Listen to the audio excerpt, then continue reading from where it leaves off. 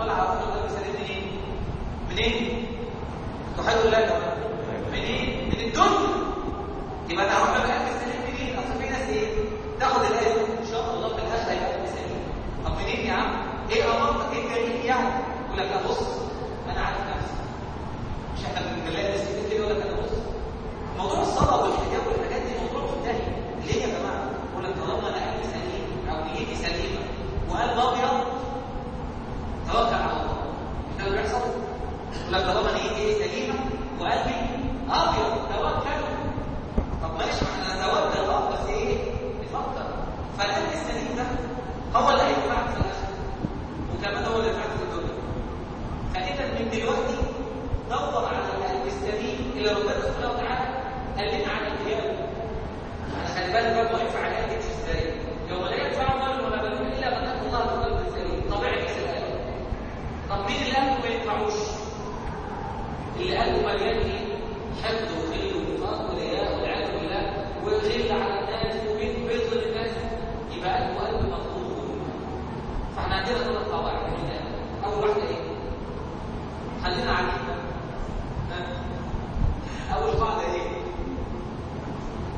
فكرت على قد ما يكون ايه في البتاع فايه يطلع على قدر حياه قلبك يكون مقامك عند ربك. احنا كلنا بنصلي التراويح دلوقتي، كلنا بنصلي، كلنا صلينا 4 ركعات لله. في واحد مننا ربنا نظر ليه فيه ونظره رحمه فعل اقرب من النار، وواحد خد حسنتين، واحد خد مليون، واحد ما خدش. ايه الفرق؟ ما انت واقف جنبه اهو. ايه الفرق؟ اللي هو ايه؟ القلب. ادي واحد. اثنين، اذا شغل الله قلبك بالحق شغله عن الايه؟ سهله بقى. اذا شغل الله قلبك بالحق شغله عن الخلق. القاعده الثالثه بقول لك ايه؟ اصنع علاقه قويه مع الخلق اللي هو مين؟ القلب. نختم بقى قول الله سبحانه وتعالى سوره الانفال: يا ايها الذين امنوا استجيبوا لمين؟ لله وللرسول.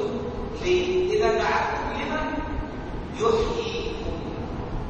لان الحياه هي حياه القلب، واقصى عقوبه في الدنيا، اقصى عقوبه في الدنيا واقصى حرمان في الدنيا ليس حرمان المال ولا الفلوس ولا الشهوه ولا المنصب ولا اي حاجه.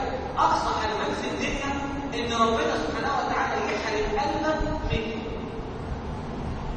ان ربنا سبحانه وتعالى يحرم قلبك منه.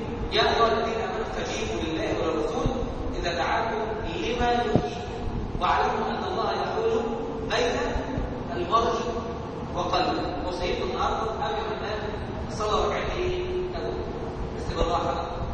صلى ركعتين كده بالراحه، اكنك بتصلي ورا شيء. شوف بقى شوف الله ازاي تصلي ورا كده. اقعد